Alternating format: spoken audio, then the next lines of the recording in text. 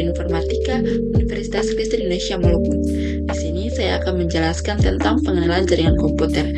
Jadi network atau jaringan adalah sebuah sistem pengoperasian yang menghubungkan komputer dengan komputer lain yang dapat melakukan koneksi dengan komputer lain. Contohnya pada internet, TikTok, Instagram, Twitter, dan Facebook. Pengertian jaringan komputer menurut Rosen disebutkan bahwa jaringan komputer adalah hubungan dari sejumlah perangkat yang saling berhubung satu sama yang lain. Perangkat yang dimaksud pada pendefinisian ini mencakup semua jenis perangkat komputer seperti komputer desktop, komputer jinjing, smartphone, PC tabel, dan perangkat penghubung yaitu router, switch, modem, dan hub.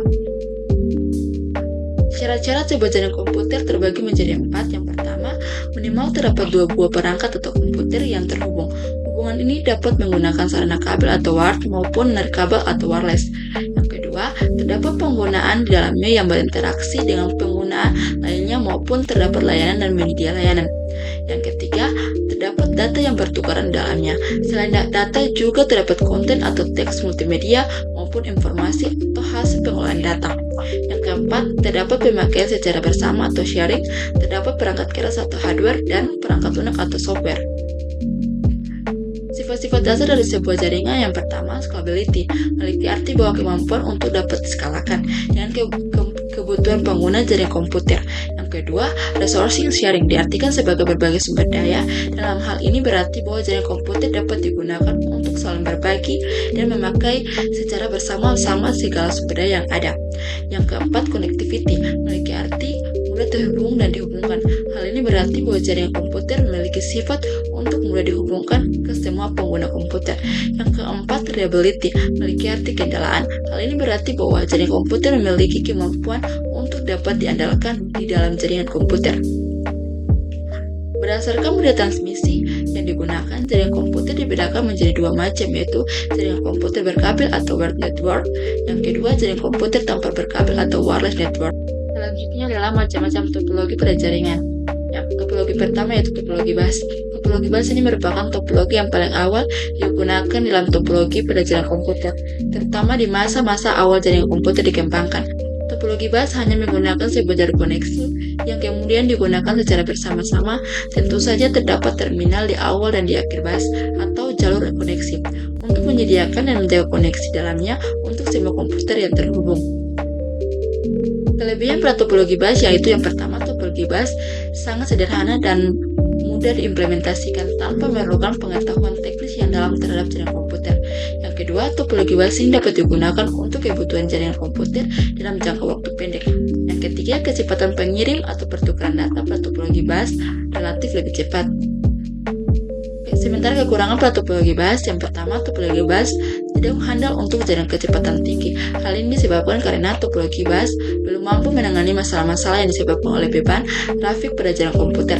Yang kedua, topologi bus tidak cocok diterapkan pada jaringan komputer berskala besar. Yang ketiga, pada topologi bus, apabila salah satu komputer mengalami gangguan, maka komputer lain dan jaringan komputer tersebut secara umum mengalami gangguan. Selanjutnya adalah topologi start. Topologi start adalah topologi dalam jaringan komputer di mana terdapat sebuah komputer yang menjadi pusat dari semua komputer yang terhubung ke dalamnya. Kelebihan pada topologi start yaitu yang pertama, topologi start lebih andal dalam jaringan di mana kemungkinan terjadi tabrakan pada paket data. Yang kedua, topologi start mudah diimplementasikan, cukup dengan hanya menghubungkan komputer ke komputer server. Yang ketiga, topologi start mendukung sifat scalable pada jaringan komputer di mana penambahan maupun pengangguran jumlah komputer yang terhubung dapat dilakukan dengan mudah, cepat sesuai dengan kebutuhan dan kondisi. Sementara kekurangan pada topologi start yang pertama, karena sangat tergantung pada komputer pusat atau server, maka beban tarif dan kinerja pada komputer pusat pada topologi start akan semakin besar juga. Yang kedua, seperti pada poin pertama, maka ketergantungan yang sangat besar terhadap komputer pusat atau server akan berakibat buruk di jaringan pada topologi start. Yang ketiga, pada topologi start, apabila tarif jaringan padat, yang mana semua lalu lintas data melewati komputer pusat atau server, akan berakibat pada lalu lintas pertukaran data yang makin melambat. Selanjutnya adalah topologi peer. Topologi peer versi umum di atas sedikit membedakan tentang topologi mesh dan topologi peer. memiliki kemandirian antara peer di dalamnya, seperti bersifat full connected, sedangkan pada topologi mesh tidak semua bersifat full connected, terdapat partial connected juga di dalamnya. Sementara kelebihan pada topologi peer yaitu pertama, topologi peer bersifat lebih independen, di mana setiap komputer dalamnya dapat bertindak sendiri tanpa harus tergantung kepada komputer server maupun perangkat penghubung jaringan. Yang kedua, sesuai dengan poin pertama di atas, maka setiap peer pada topologi peer dapat saling memberi file dan menerima file sesuai dengan kebutuhan masing-masing. Yang ketiga, topologi peer relatif lebih mudah diimplementasikan dengan adanya dukungan sejumlah perangkat keras dan perangkat lunak masa kini. Yang keempat, pada topologi peer biar relatif lebih mudah karena tidak diberikan adanya komputer server maupun perangkat penghubung jaringan. Sementara kekurangan pada topologi peer yaitu yang pertama, keamanan data sistem relatif kurang pada topologi peer disebabkan setiap komputer memiliki pengaturan keamanan ke tingkat keamanan yang berbeda. Yang kedua, bagaimana pengguna jaringan yang tidak memiliki pengetahuan teknis jaringan komputer, pemanfaatan dan implementasi topologi peer disarankan untuk tidak dipakai. Selanjutnya yaitu topologi ring. Kelebihan pada topologi ring yaitu dengan melihat bentuk topologinya, maka dapat disimpulkan bahwa topologi ring relatif lebih hemat biaya untuk mengimplementasinya, misalkan untuk penyediaan kabel jaringan atau router, switch, hub, dan lain-lain. Kekurangan pada topologi ring yaitu yang pertama, topologi ring memiliki teknisi yang memiliki kemampuan dan pemahaman terhadap jaringan komputer dan konfigurasi dengan baik, sebab topologi ring memerlukan konfigurasi relatif lebih tinggi. Kedua, topologi ring ini memerlukan ketelitian tinggi dalam implementasinya, sebab memiliki kepekaan tinggi terhadap adanya kesalahan dalam konfigurasi maupun implementasinya.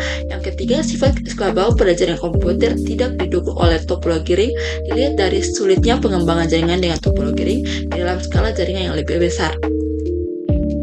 Yang berikut adalah topologi tree. Topologi tree merupakan salah satu topologi yang juga paling banyak diterapkan dalam jaringan komputer dengan bentuk geometri menyerupai pohon atau tree. Kelebihan pada topologi tree ini adalah memenuhi salah satu sifat dan syarat pada jaringan komputer yaitu scalable. Ini berarti bahwa kita dapat menyelesaikan jaringan komputer sesuai dengan keperluan dan kondisi dengan memanfaatkan topologi tree ini.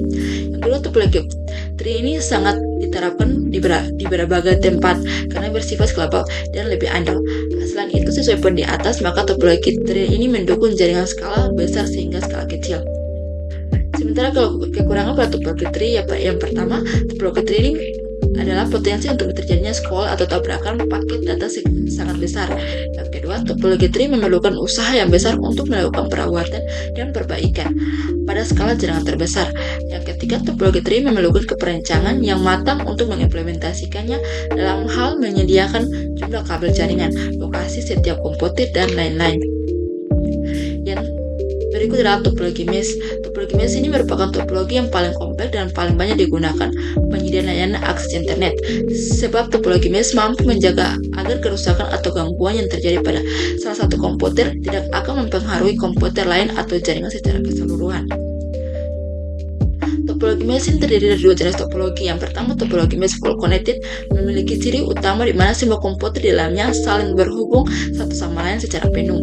Yang kedua, topologi mesh vertical connected memiliki ciri utama di mana tidak semua komputer di dalamnya saling berhubung satu sama yang lain. Sementara kelebihan pada topologi mesh adalah topologi mesh ini mempercepat adanya deteksi terhadap adanya kesalahan dan gangguan pada jaringan komputer tanpa gangguan komputer lainnya ataupun jaringan komputer itu sendiri. Yang kedua, topologi mesh membantu meningkatkan keamanan data yang dipertukar dalam jaringan komputer, termasuk juga privasi di dalamnya. Yang ketiga, topologi mesh ini aman dari imbas gangguan oleh komputer lain, sehingga mampu menjaga produktivitas dan layanan pada jaringan komputer. Kekurangan pada topologi mesh, pertama, topologi mesh ini memerlukan tenaga ahli di bidang jaringan komputer, sebab proses instalasi dan konfigurasi memerlukan kemampuan yang lebih tinggi dibandingkan topologi sederhana lainnya. Yang kedua, topologi mesh ini memerlukan biaya yang besar untuk penyediaan perangkat keras penghubung pada jaringan komputer, misalkan saja kabel jaringan, router, switch, hub, wireless, dan lain-lain. Selanjutnya itu jaringan komputer berdasarkan jangkauan geografis. Berdasarkan cakupan lokasi geografis, jaringan komputer dapat diklasifikasikan menjadi 4 kelompok. Yang pertama yaitu Ya, LAN. LAN atau Local Area Network merupakan jaringan komputer terkecil untuk pemakaian pribadi dan memiliki skala jangkauan mencakup 1 km hingga 10 km dalam bentuk koneksi wired atau kabel, wireless maupun kombinasi keduanya. Yang kedua adalah MAT atau Multipolitan Area Network, merupakan jaringan komputer yang memiliki cakupan area dan luas yang lebih besar dibandingkan LAN. MAN memiliki jaringan jangkauan antara 10 km hingga 50 km. Wilayah jangkauan MAN dapat mencakup sebuah wilayah kota. Di dalamnya terdapat banyak gedung dan pemukiman. Yang ketiga adalah WAN atau Wide Area Network, merupakan jaringan komputer yang lebih luas dari MAN dengan cakupan area seluas sebuah negara atau benua. WAN terdiri dari dua atau lebih MAN di dalamnya. Yang terakhir adalah Internet atau International Networking atau keterhubungan antara jaringan, merupakan jaringan komputer yang terluas dengan cakupan seluruh planet di bumi. Internet menghubungkan semua WAN, MAN, dan LAN. Sekian dan terima kasih.